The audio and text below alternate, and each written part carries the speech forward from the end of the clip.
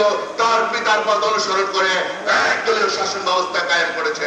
17টি বছর এই শেখ হাসিনা আমাদের গুম খুন করে হাজার হাজার নেতা কর্মীকে হত্যা করেছে।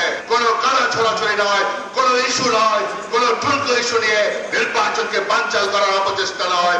আমরা সেদিন একটি নিরপেক্ষ তত্ত্বাবধায়ক সরকার প্রতিষ্ঠিত করেছিলাম 6 ডিসেম্বর এরশাদের পতনের পরে।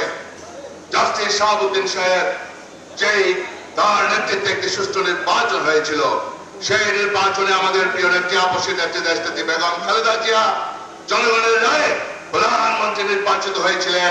আর জাতীয় বেঈমান শেখ হাসিনা আর পরাজিত হয়ে বিরোধী অবস্থান করেছিলেন। আমরা ডাকসুর নেতৃত্বে সর্বদলীয় ছাত্র ঐক্য পথ দেখিয়েছিলাম। আমরা সেদিন পথ দেখিয়েছিলাম এদেশে নিরপেক্ষ সুস্থ নির্বাচনের মধ্য দিয়ে বাংলাদেশে গণতন্ত্র আমরা প্রাতিষ্ঠানিক রূপ দেওয়া যায়।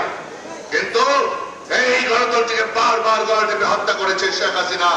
আজকে 24 তারিখ 2024 সালে এই জুলাই আগস্টে 4,000 মানুষ খুন হওয়ার কথা নয়, গুলি খাওয়ার কথা নয়। আজকে 17টি বছর এই শেখ হাসিনা আমাদের গুম খুন করে হাজার হাজার নেতা কর্মীকে হত্যা করেছে। আমার প্রিয় নেত্রীকে বিনা কারণে কারাগারে নিক্ষেপ করা হয়েছে। এই 17টি বছর এই দুঃশাসন হওয়ার কথা ছিল না। যদি ওই ত্রয়োদশ সংশোধনের মাধ্যমে যদি ওই জাস্টিস কুখ্যাত খায়রুল আলম আপনারা জানেন পার্লামেন্টে যেমনি ভাবে ত্রয়োদশ সংশোধনের মাধ্যমে তত্ত্বাবধায়ক সরকার উঠিয়ে দিয়ে আর ওই বিচার বিভাগের নামে বিচারপতি খায়রুল হক যে কলঙ্কজনক অধ্যায় সৃষ্টি করেছে, যার কারণে 17টি বছর এই খুনি হাসিনা রাম রাজত্ব কায়েম করেছে। বন্ধুরা আমার, আমরা বলতে চাই আমাদের সেই গতানুগতিক ধারা, আমাদের সেই সাংবিধানিক ধারা, আমরা সেই তত্ত্বাবধায়ক সরকারের যে পথ দেখিয়েছিলাম সেই পথে পরবর্তী রাজনৈতিক দল অগ্রসর হওয়া উচিত ছিল। তাহলে গণতন্ত্র মজবুত হতো, টেকসই হতো, বাংলাদেশ সমৃদ্ধ হতো, অর্থনৈতিকভাবে এগিয়ে যেত। ভাগ্যের নির্মম পরিহাস, এই শেখ হাসিনা তার পিতা বারবার একদলীয় শাসন ব্যবস্থা কায়েম করেছে।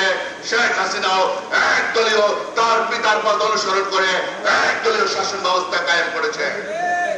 আমরা বলতে চাই আজকে জুলাই আগস্টের চেতনার মধ্য দিয়ে বাংলাদেশে একটি অন্তর্বর্তীকালীন সরকার হয়েছে।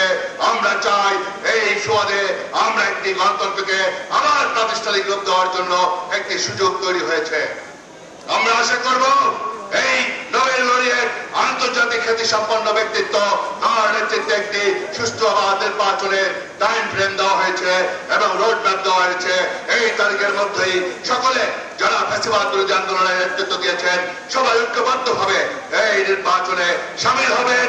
কোন কালা ছড়াছড়ি নয়, কোন ইস্যু নয়, কোন ঠুনকো ইস্যু নিয়ে নির্বাচনকে বানচাল করার অপচেষ্টা নয়, যেটা এই আওয়ামী লীগ ফ্যাসিস্ট এই নির্বাচনকে বানচাল করার পায়তারা করছে তাদের সাথে যেন সামিল না হয় সেই আবেদন রেখে আপনাদেরকে আগামী দিনে গণতন্ত্র পুনঃপ্রতিষ্ঠার আন্দোলনে শরীক হওয়ার আহ্বান জানিয়ে এবং আগামী নির্বাচনে আমাদের প্রিয় নেতা, আমাদের আগামী দিনের রাষ্ট্রনায়ক, আমাদের আগামী দিনের স্বপ্ন, আমাদের চোখের মনে ভারপ্রাপ্ত চেয়ারম্যান জনাব তারেক রহমানকে বাংলাদেশের জনগণের প্রত্যাশা অনুযায়ী বাংলাদেশকে এগিয়ে নিয়ে যাওয়ার আশা দিয়ে বাংলাদেশের প্রধানমন্ত্রী হিসাবে আমরা তাকে নির্বাচিত করতে চাই।